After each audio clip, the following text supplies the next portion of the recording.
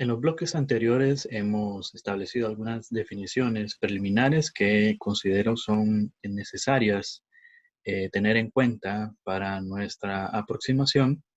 También hemos esbozado algunas condiciones particulares que estarían agudizando las situaciones de vulnerabilidad de las personas migrantes y ahora estaremos tratando de vincular la vulnerabilidad con el riesgo y en particular definir algunos perfiles de vulnerabilidad de personas migrantes en distintos momentos del proceso migratorio. Estaré compartiendo de nuevo con ustedes la presentación. Es necesario, pues, vincular la vulnerabilidad con el riesgo en el ámbito de la migración, ¿verdad? En primer lugar, consideremos cómo la persona migrante, en este caso la persona migrante trabajadora, por diversas situaciones que hemos definido como sociales, culturales, económicas, políticas e igualmente personales, ven agudizadas sus condiciones de vulnerabilidad. Hemos dicho que esta vulnerabilidad es una condición impuesta, ¿verdad? Que no es inherente a la misma persona. Y esto, a su vez, estaría incrementando el riesgo a sufrir cualquier tipo de situaciones perniciosas para su integridad física y emocional. El riesgo, por ejemplo, de sufrir una violación a sus derechos humanos, en este caso, podemos acotar incluso los derechos laborales de las personas trabajadoras migrantes, ¿verdad? El riesgo a sufrir agresiones por parte de personas particulares o abusos por parte de autoridades o particulares y otro tipo de riesgos como por ejemplo sufrir una detención migratoria, ¿verdad? Por la misma condición de irregularidad de la estancia en un país de destino y la posterior deportación o retorno forzoso hacia su país de origen, con lo cual se compromete la empresa migratoria pues, de las personas. Vamos a definir ahora algunos perfiles de vulnerabilidad en el marco de la migración laboral. En este momento debo decir que me he basado en los lineamientos regionales que la misma CRM establece. He trasladado tal cual los perfiles que se encuentran en el documento de los lineamientos. He agregado otros perfiles que considero también deben de ser abordados dentro de el marco amplio de la movilidad humana de las personas. Algunos de ellos, de estos perfiles, tienen una connotación especial en el marco de la migración laboral, otros menos, ¿verdad? Pero he preferido dejarlos tal cual para poder ir analizando este, pues este apartado. En un primer momento hay que considerar a niñas, niños y adolescentes que viajan no acompañadas y que pudieron haber sido separados durante su trayecto migratorio. Aquí habría que decir que no nos estamos refiriendo solo, digamos, a las personas migrantes en niñez y adolescencia en tránsito, sino también personas que en estas edades ya se encuentran en algún tipo de actividad laboral, ¿verdad? No formal, sobre todo, evidentemente, en algunos cruces fronterizos, por ejemplo, y que acusan bastante vulnerabilidad, situaciones o condiciones de vulnerabilidad por su misma condición de niñez y adolescencia, ¿verdad? Hay múltiples casos, pues, que pueden traerse a mención para ilustrar estas situaciones. Por ejemplo, los niños que les llaman canguritos, ¿verdad? En la frontera sur de México y que en su mayoría son niños guatemaltecos que atraviesan la frontera para vender, ¿verdad? Algún producto, golosinas, ¿verdad? De hecho, esta expresión de cangurito nos habla incluso de una animalización casi, ¿verdad?, del fenómeno del proceso, ¿verdad?, lo cual va en contra de principios elementales, digamos, de la dignidad de estas personas. En segundo lugar, niñas, niños y adolescentes que presentan otras condiciones de vulnerabilidad, ¿verdad? Hay que considerar, por ejemplo, aquí a grupos familiares que pudieran desplazarse para fines laborales cruzando fronteras internacionales para ocuparse en labores agrícolas u otro tipo de labores, en donde la condición de esta niñez y adolescencia migrante, que aunque viaje acompañada, ¿verdad?, de sus seres queridos, de padres, madres u otras personas mayores, adultas, que pudieran estar a cargo de ellos, pues los coloca en una situación también de desventaja frente a niños que no tienen que experimentar estas situaciones. Y aquí es pertinente traer a mención lo que mencionábamos anteriormente en cuanto al acceso a ciertos servicios sociales básicos como la educación y la salud, por ejemplo, o la vivienda. No podemos dejar de mencionar a las víctimas de trata de personas, ¿verdad? Que es sobre todo aquellas que han sido victimizadas para fines de explotación laboral, ¿verdad? Personas que fueron engañadas, ¿verdad? En mecanismos informales, clandestinos de reclutamiento, por ejemplo, y que fueron ubicados o ubicadas en entornos laborales sumamente eh, denigrantes de estas personas hacia estas personas, y que las coloca pues dentro de lo que las autoridades y las leyes tipifican como trata de personas, ¿verdad? Aquí hay tremendos desafíos para abordar esta población en particular. Por otro lado, eh, dentro de aquella consideración que hacíamos al inicio, ¿verdad?, de leer la migración laboral o las personas migrantes trabajadoras desde el enfoque de la multicausalidad, habría que considerar a personas refugiadas y solicitantes de la condición de refugio o de asilo que mientras, por ejemplo, permanecen como peticionarios ante alguna autoridad migratoria o la autoridad competente para el reconocimiento de la condición de refugiada o como garante, ¿verdad?, de protección internacional, estas personas, mientras están realizando ese trámite, deben de buscar sus medios de subsistencia y se emplean en determinados sectores laborales, o las mismas personas refugiadas que también, digamos, el Estado que las reconoce como tales se ve obligada pues a brindarle una fuente de ingresos, ¿verdad? Aquí tenemos un sector, ¿verdad?, sumamente vulnerable también dentro de la consideración o el marco de la migración laboral. Eh, Podemos mezclarlo con el siguiente perfil, ¿verdad? Las personas migrantes extracontinentales que, por ejemplo, son personas refugiadas, ¿verdad? Y que por diversas condiciones como la lingüística, la étnica, la cultural, ¿verdad?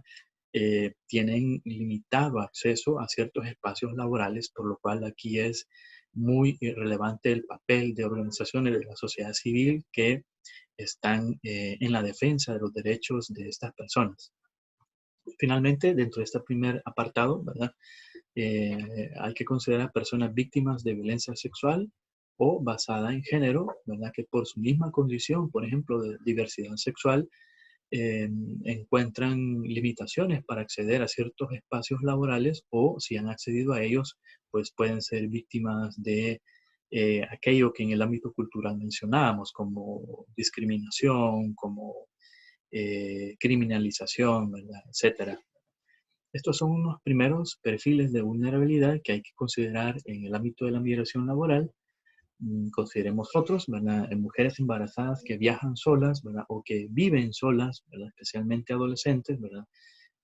No está de más mencionar este grupo que aunque se señala como más vulnerable durante el tránsito migratorio, pero creo que podría también considerarse como un perfil vulnerable también para aquellas personas migrantes trabajadoras. Por otro lado, personas víctimas de violencia y crimen durante su tránsito migratorio, que por la misma experiencia de haber sido víctimas de algún tipo de agresión, de violación de sus derechos humanos, de algún tipo de violencia ejercida en contra de sus cuerpos, ¿verdad?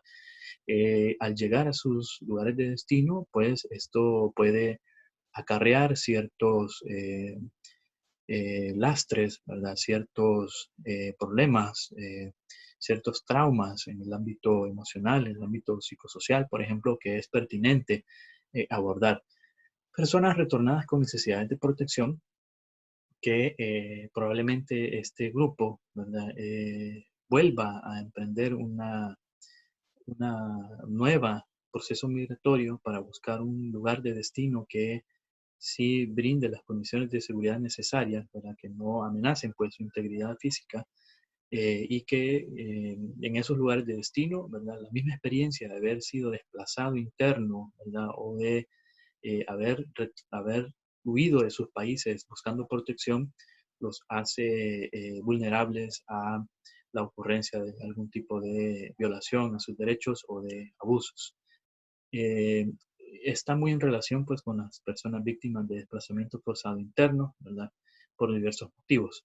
Y finalmente, habría que considerar dentro de estos perfiles a personas indígenas, sobre todo aquellas, por ejemplo, que hablan una lengua indígena, ¿verdad? Y que en entornos urbanos donde se habla otra lengua como el español o el inglés, por ejemplo, pudieran ser víctimas de algún tipo de abuso por sus mismas limitaciones lingüísticas.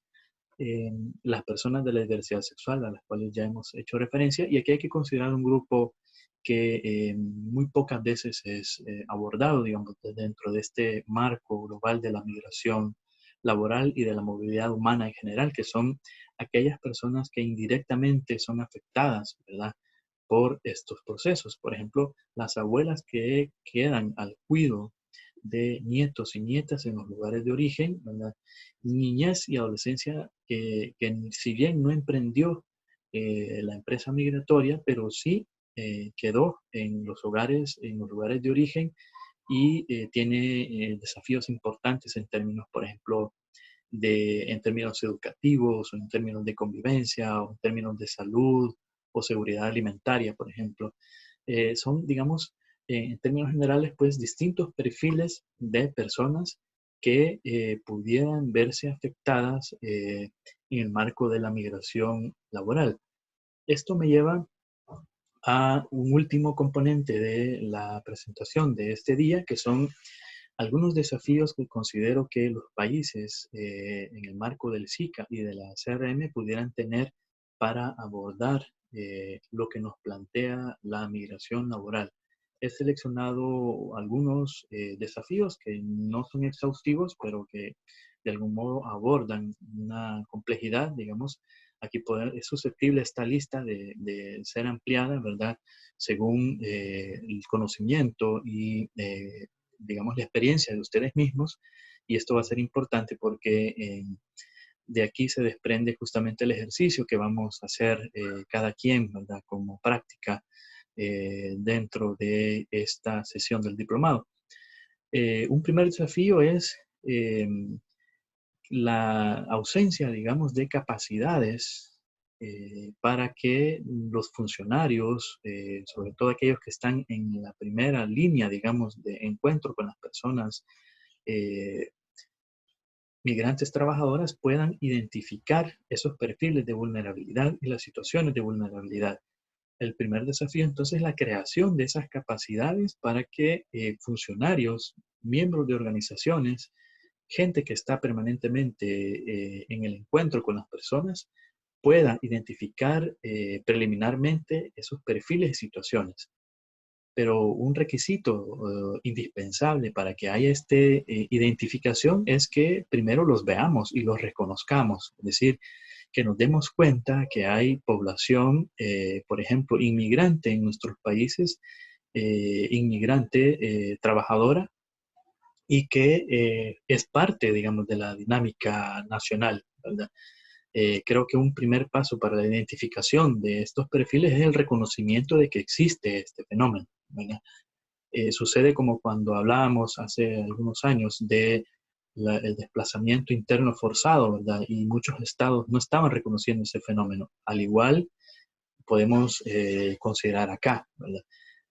En segundo lugar, una vez que se da, digamos, el incremento o la creación de esas capacidades de identificación preliminar de perfiles y situaciones, también habría que insistir en la creación o si ya existen leyes, la armonización de esas leyes nacionales con los mecanismos internacionales, ¿verdad? Suscritos por la mayor parte de los países, como la Convención para la Protección de los Trabajadores Migratorios y sus Familiares, ¿verdad? que muchos países han suscrito, pero que no se da un mecanismo de seguimiento y cumplimiento de esa normativa, ¿verdad? Pese a que haya informes periódicos, ¿verdad? De ese cumplimiento.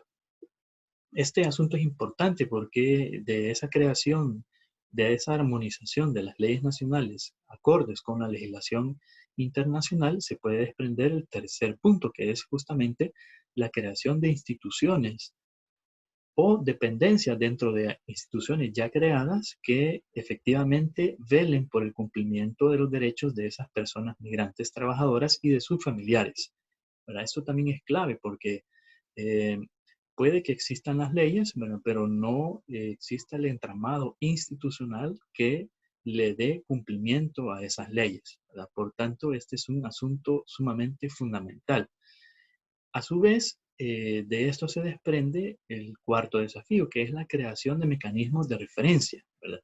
En donde existan protocolos, rutas críticas de atención que permitan no solo identificar perfiles preliminares o identificación preliminar de perfiles y situaciones de vulnerabilidad, sino que se le dé la debida atención a estas personas que han sido ya previamente identificadas y se derive hacia instancias estatales o de la sociedad civil para brindar la asistencia necesaria según las necesidades de estas personas. Eh, estos protocolos, digamos, deberían de funcionar de manera tal que activen la institucionalidad vigente en cada uno de nuestros países para poder abordar esas necesidades de las personas. Seguidamente, creo que es pertinente y aquí celebro que existe este espacio regional de formación, ¿verdad? Porque debemos activar esos espacios regionales existentes, ¿verdad? Llámese CRM, llámese SICA, para tomar decisiones, pero con una mirada y compromisos de carácter regional, ¿verdad? No podemos seguir abordando estos procesos desde lo que hace años llamaron el nacionalismo metodológico, ¿verdad? Tenemos que trascender las fronteras nacionales para considerar estos procesos. Y finalmente, y no menos importante, ¿verdad? El involucramiento de la sociedad civil, de organizaciones de migrantes, de la misma academia y centros de pensamiento y universidades y de organismos internacionales en el abordaje de estos procesos. Por ejemplo, un protocolo transparente debería de incluir no solo la participación de instituciones llamadas por su mismo mandato a atender necesidades, sino a la participación y rendición de cuentas a través de organizaciones de la sociedad civil, organizaciones mismas de migrantes que pudiera haber en algunos países para poder participar dentro de esos protocolos. Estos son solo algunos desafíos que planteo en el marco de la migración laboral para abordar las distintas necesidades de las personas migrantes, sobre todo aquellas con situaciones de vulnerabilidad, para poder enfrentar esos desafíos. Quiero agradecerles finalmente por habernos acompañado en este espacio del diplomado. Envío un agradecimiento especial a los amigos y amigas de GEMIES, de IEDFOR y de todas las instancias que hacen posible que estemos llegando hacia ustedes pese a la emergencia por el coronavirus. Deseo que todos se encuentren con salud, ¿verdad? Ustedes y sus familias, que se cuiden y que sigan las recomendaciones que en sus países están emitiendo para poder prevenir esta pandemia lo más que se pueda.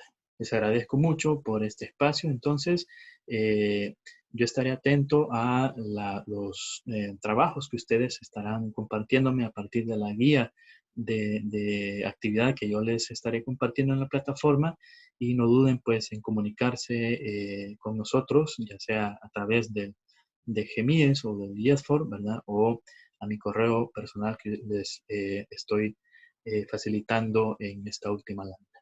Muchas gracias y pasen una bonita tarde.